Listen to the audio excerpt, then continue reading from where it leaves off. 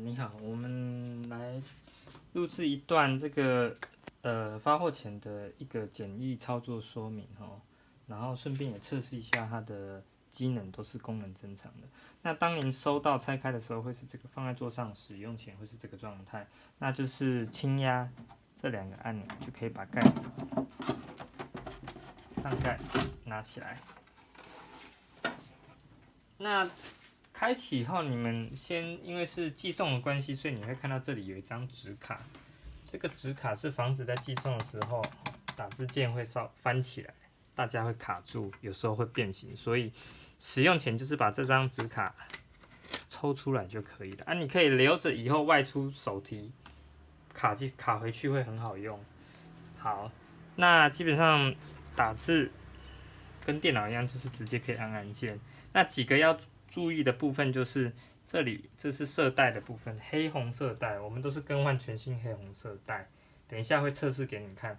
那另外就是这个部分，这个是大写，按下去，变回小写 Shift 键稍微再按一下就松回来了。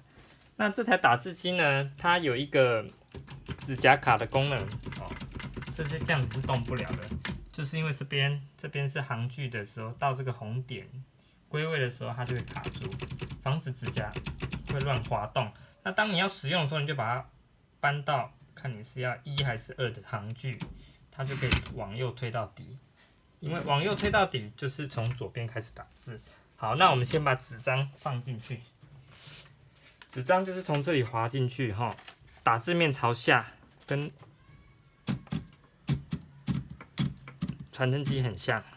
那卷上来之后把它夹住，推到右边底，就可以开始打字了。那我们先在黑色模式打给你看，非常的清晰，而且打字很滑顺，都不卡。大写，我们搬到红色色带，都非常清晰哦。那这台打字机要注意，它没有1、2、3、4的1，以前比较早期的人，他们打字机为了节省打字键，它没有1，所以都是用小写的 L 代替来1。看一下1、2、3、4，基本上就是这样子。那这里有一个倒退键，空白键。那当你打到该换行的时候，它会有一个提醒铃，有没有很清脆？就是当你打听到那个铃声的时候，你就代表你可以换行了。推到底压一下，它就会自动把指甲再卷上去。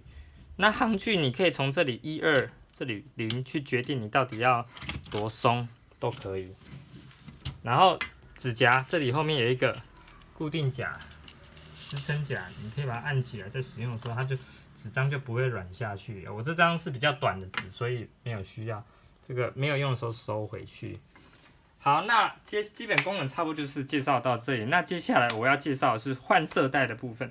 换色带的部分呢，基本上色带在这个色带盖里面，所以我们要换的时候，当你用完的时候，就是把这个色盖从下面这里大拇指穿进去，慢慢的往上推，慢慢的它就可以拿起来。那拿起来之后，你就会看到色带在这边。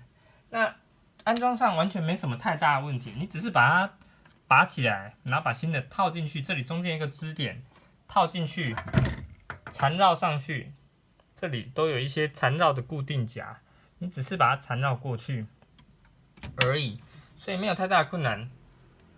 拆开前是怎么样子的？你拍几张照片，在安装的时候就按照那照片是怎么样穿过去的，你就等于有点像卷溜溜球，然后再把它穿过去这个中间的色带固定夹。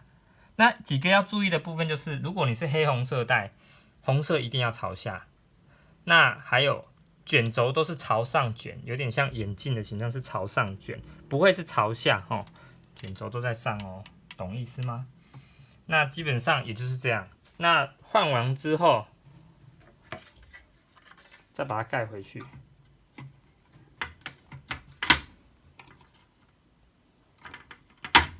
就 OK 了，不需要太用力。那要收纳起来的时候，就是再把这个纸卡压回去，就 OK 了。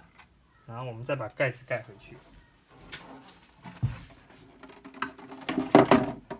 好，那我们的简易操作说明就介绍到这里。